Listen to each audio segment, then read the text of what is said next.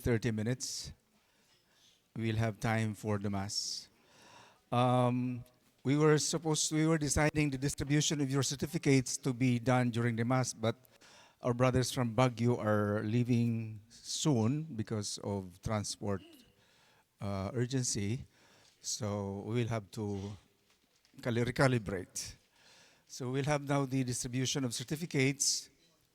After this, yung decision ng dalawang decisions that we have to make. After that, we'll go down to the ground floor. We'll have a group photo doon in front of the shrine of Blessed Michael McGivney, and then we'll have the Mass at 4 o'clock. So that will be more or less our uh, program, last activities for this afternoon. May we call Tonton, please? We will have the distribution of certificate, and one of our board members ng Kisipapi, si Brother Carbero, Pascual Carbero. Please come over.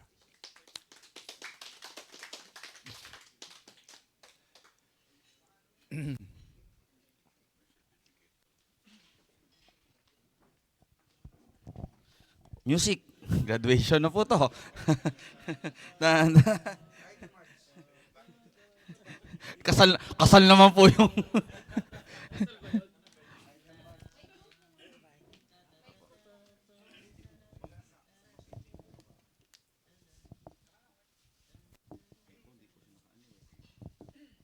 Sige po, so babasahin ko na lang po isa-isa yung mga pag tinawag, punta po sa harapan. Ano? Una po, the certificate of attendance is hereby awarded to. So yung name po natin for having actively participated in the core evangelization and faith formation training. So given this 23rd of November in the year of the Lord 2024, signed by our Supreme Director, Brother Rene V. Sarmiento. First, Reverend Father Vicente Ancheta. Music.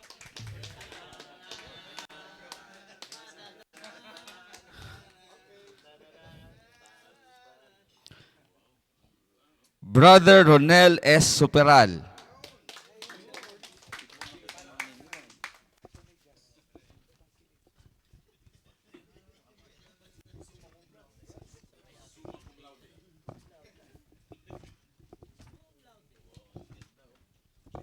Brother Roman Tagiling.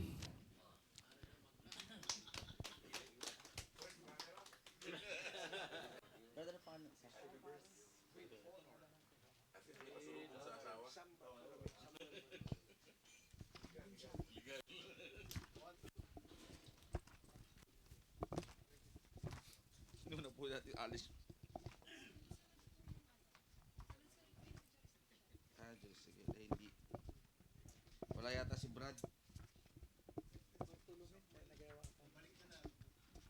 Balik na lang po next year. Brother Samuel Bartolome.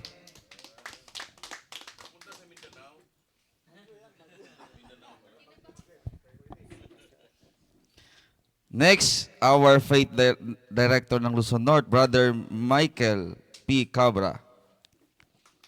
Asa si Brother Migs? Absent, shred. I-shred na po natin yan. Brother Joseph S. Cortez.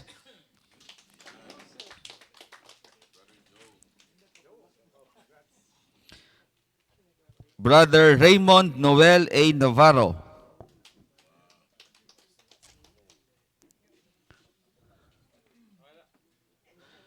Brother Hill G. Balaoro.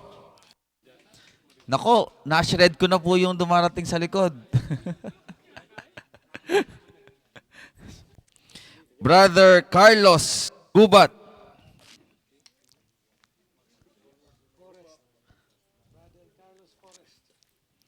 Brother Heriberto S. Nicanor.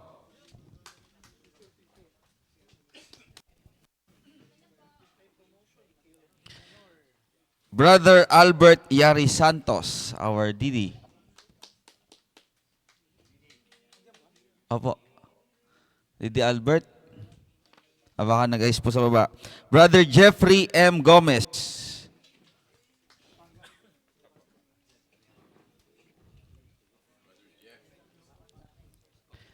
Brother Ryan Roy Sinaon. Brother Kevin N. Cruz.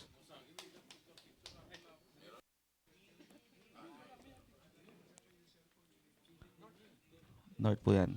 Brother Ericon Galang. Ito, taga-Bata.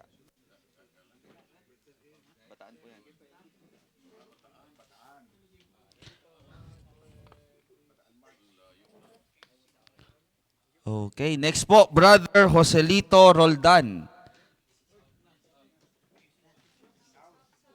South na po.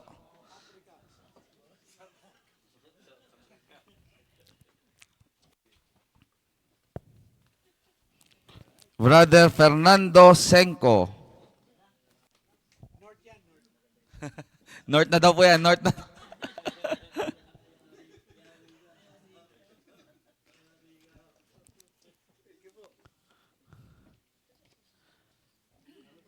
Next is our Brother Edwin Dawal. Ating director.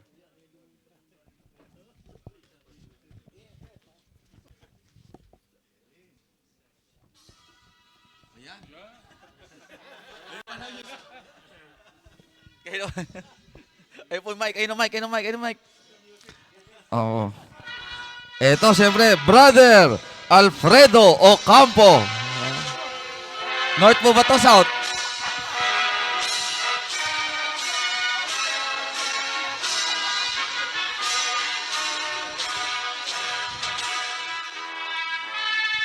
Brother Jose A. Tuaston Jr.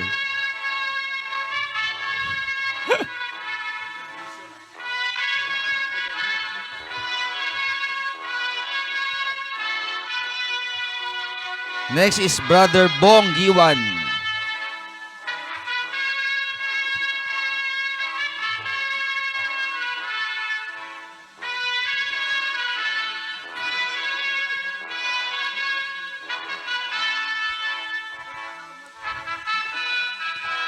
Opo, pinagsunod ko to, Brother Noel Lacanilaw. Mga kasama ko po yung dating squash yan. Opo, mga kasama ko sa squash. Square din po, Brother San Torres. Nung buo pa po ang Luzon, magkakasama po kami sa Columbian Squash. Pero hindi po kami magkakaedad, Nilinaw ko lang po. Magkakasama po kami sa komite ng squash. Brother Ed Navarro.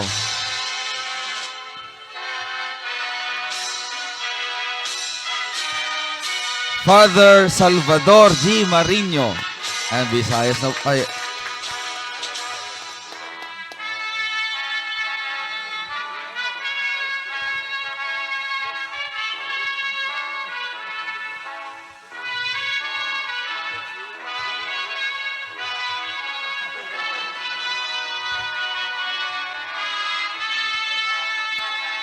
Reverend Father Mervin A. Medel.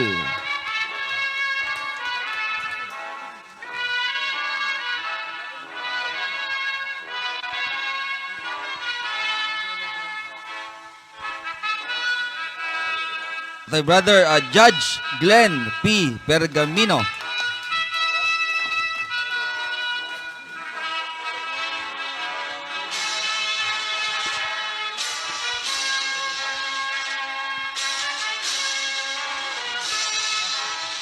Brother Rufino G. Leonoras.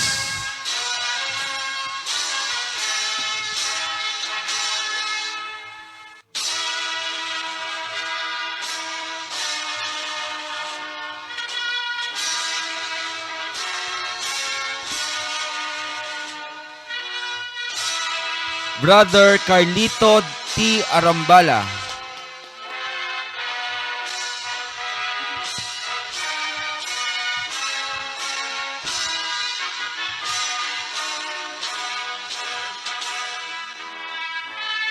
And Brother Pedro C. Filied Jr. from the Visayas jurisdiction.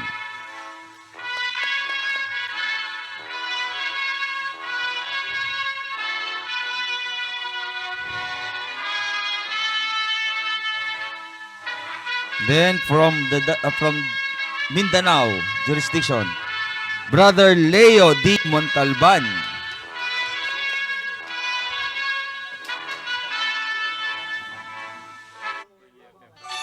Yan po'y taga Mindanao na taga ano din, taga South, Montalban.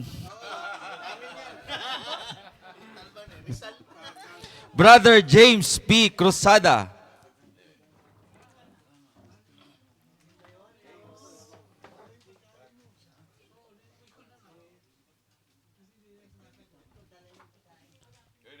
Okay, next is Brother Tony Galito.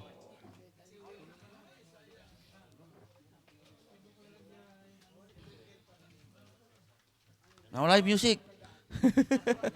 Nalobat. Brother Al Soto.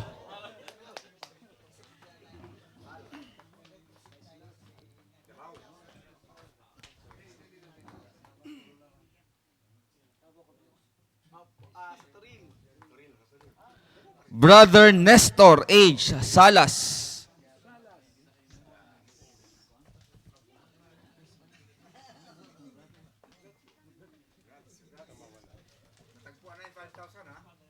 Brother Torquato Galon.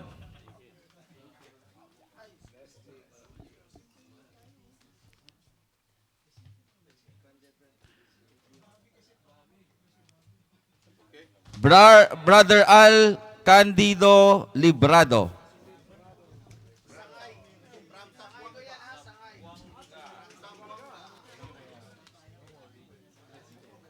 So nakita ko po uli ngayon, nandito po si Brother Albert Yari Santos, ating DD from North. Meron pa po bang hindi ng tawag? Ay, oo. May bayad na po yung pangalawang tawag. Brother Migs Cabra.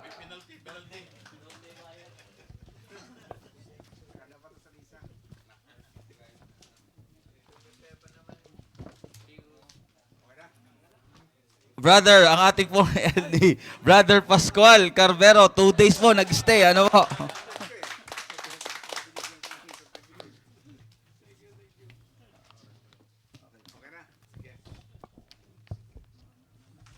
Okay, last agenda.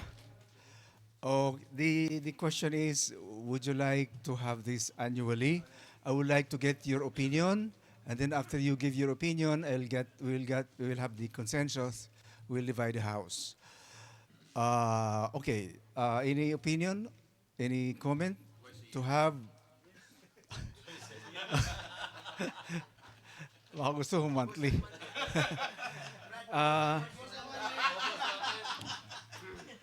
We'd like to hear your comment para buo. Yes po, Monsi. I think kailangan nga po natin once a year magkita tayo. Okay. Para more or less nalalaman natin anong naging development, anong naging progression itong ginagawa natin ito. So I think we need that. Okay. Thank- Any other opinion from the others? Second motion. Wala na. No violent objection. Okay, so it's been formally moved and duly seconded. So we'll have this annually, not twice a year. No comment. Okay. Now, since we are going to do this, and kinakailangan, we have to have somehow a structure kasi maghirap mag-organize pag kalat. So, it's just in order that we organize ourselves. Tama ba? We'll have officers. Kung okay lang sa inyo. Again, I would like to get your opinion regarding that. Shall we organize? Shall we not? Shall we leave it like this na walang gaano? Or shall we organize ourselves? I would like to hear your comments.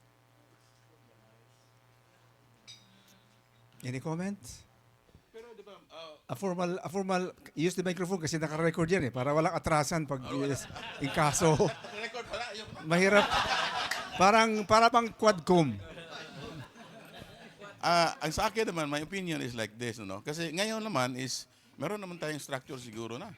Kasi meron na si si Brother Auton, no? Tonton. And then carried na sa mga AFF ng state, di ba? So, at least diretso na. So you're saying hindi na kailangan? Hindi na kailangan. Okay. Yun yung sa akin. Yes, Okay. yes. Of course, Thank that's an you. opinion. Any other opinion? Microphone, please. Microphone. Para ma-record. We are recording every... Para mamaya, i-reply ko lamang. Sasabihin ko, I guess we should organize periodically, no? Okay. I don't know if it is quarterly or annually.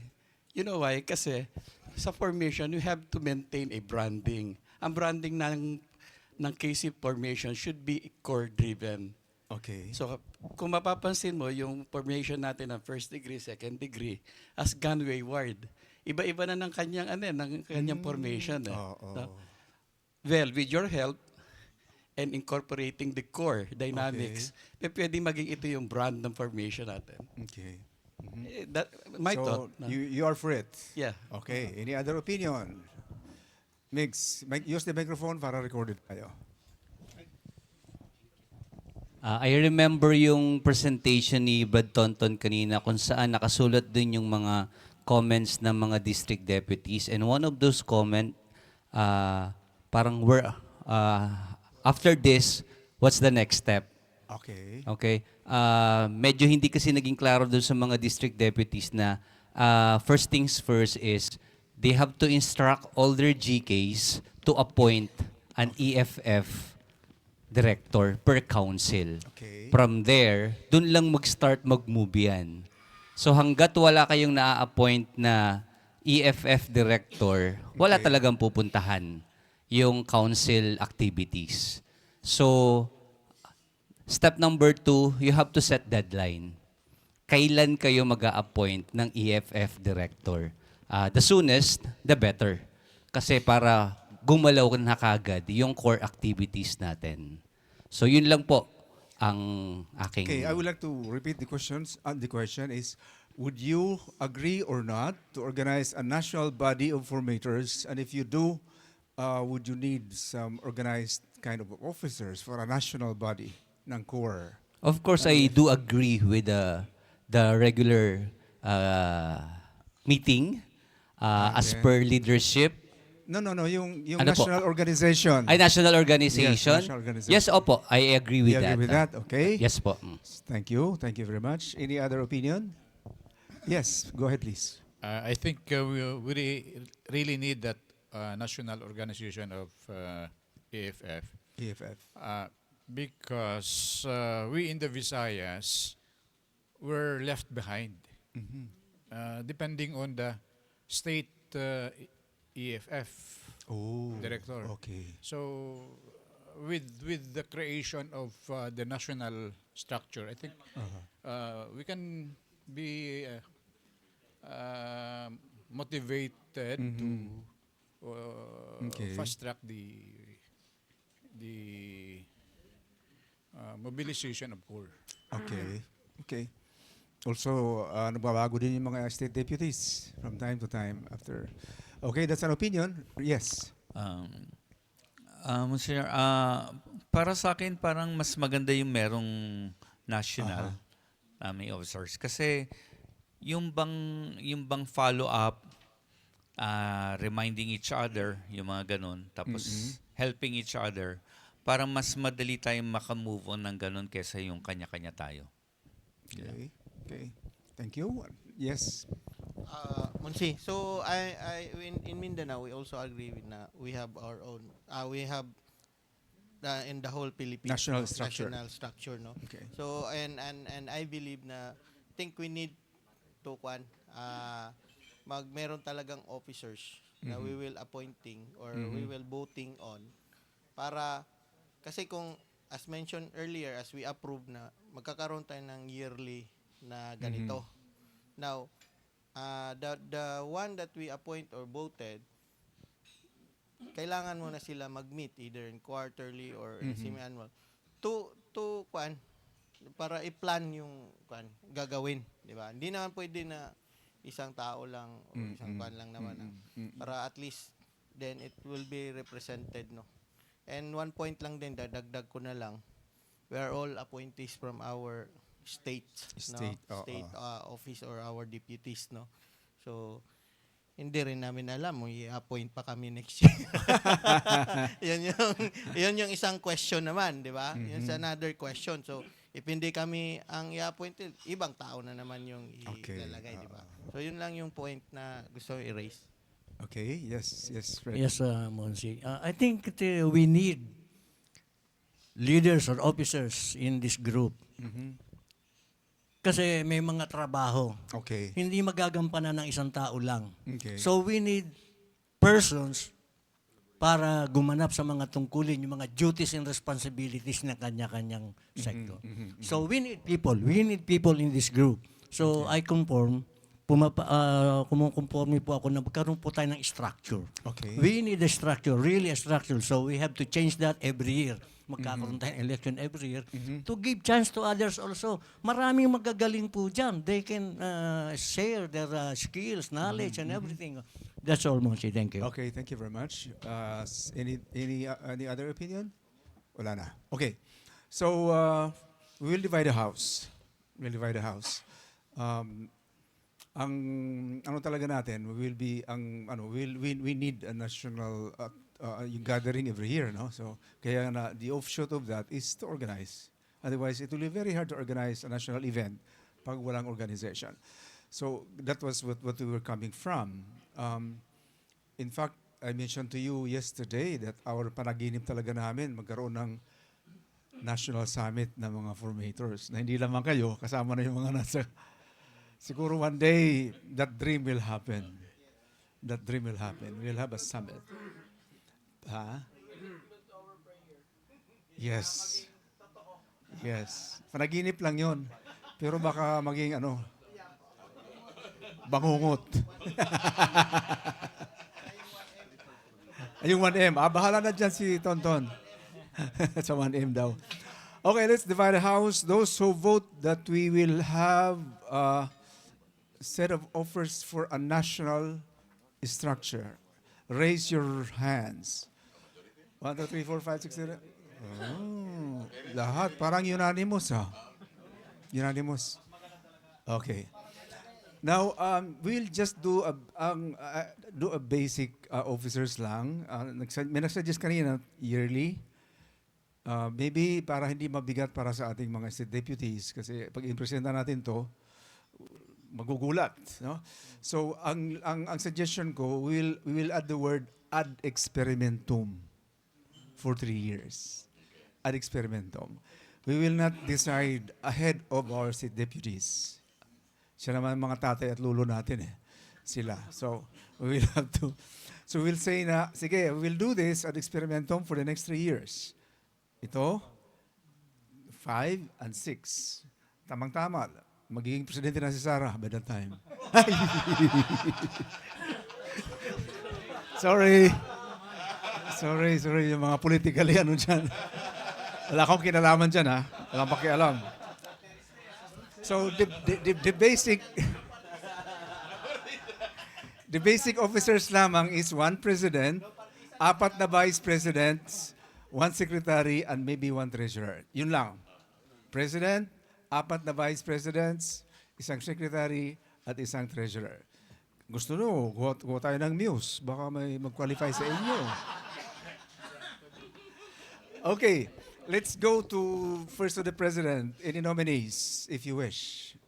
Yes. I respectfully nominate our program director in this one. Who?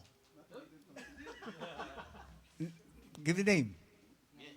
Name. Give the name. Para makilala. Noel. Nominate Brother Tonton.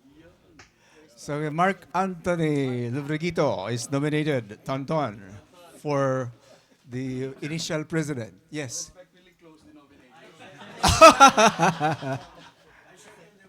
Okay, so it's Tonton. Now for the vice president, ang boboto lamang yung in concern.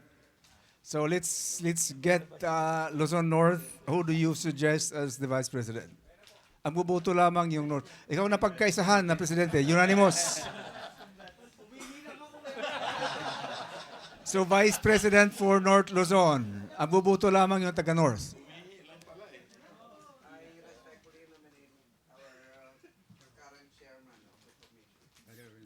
Give the name, parang.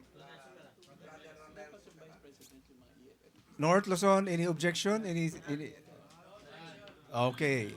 So, pakisulat. South. Vice President for South. Please. Noel is nominated. Noel, 1 year lang to. Noel lang to. By December 30, wala na. Si Brother Ding or Ding is nominated. Any objection sa mga taga-South? Walang objection. Let's go to the Visayas. Judge. Father, Father.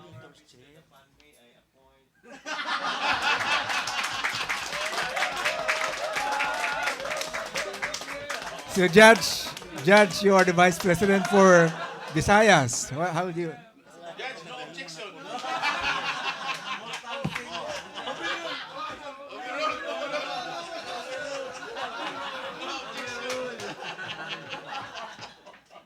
Yes.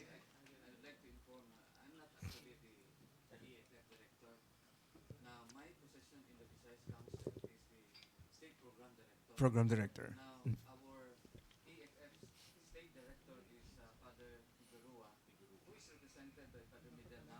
Okay. 1 year lang yon. Just 1 year lang.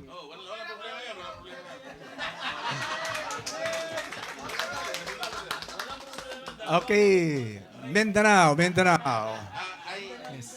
nominate Bradley Montalban. Montalban, Rizal. You are nominated.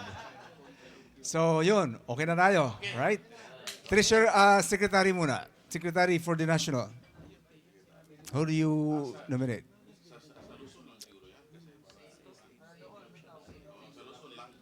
Somebody saying sa Luzon daw para magalapit ng presidente. Who do you suggest?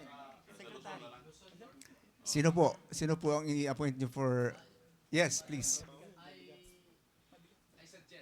Yes. How is that?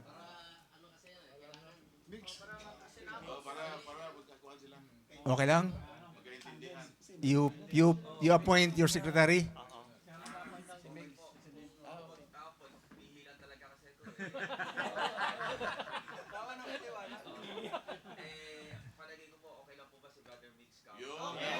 Yun. Migs. Okay, at least ikaw yung pioneering secretary. Treasurer, last. Sino ang pinakamayaman? Yung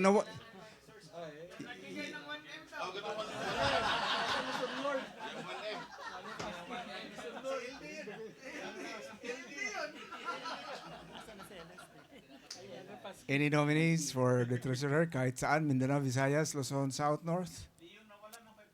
Ayun!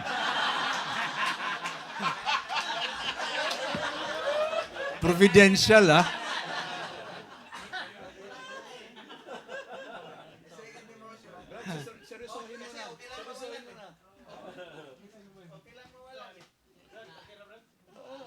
Okay lang?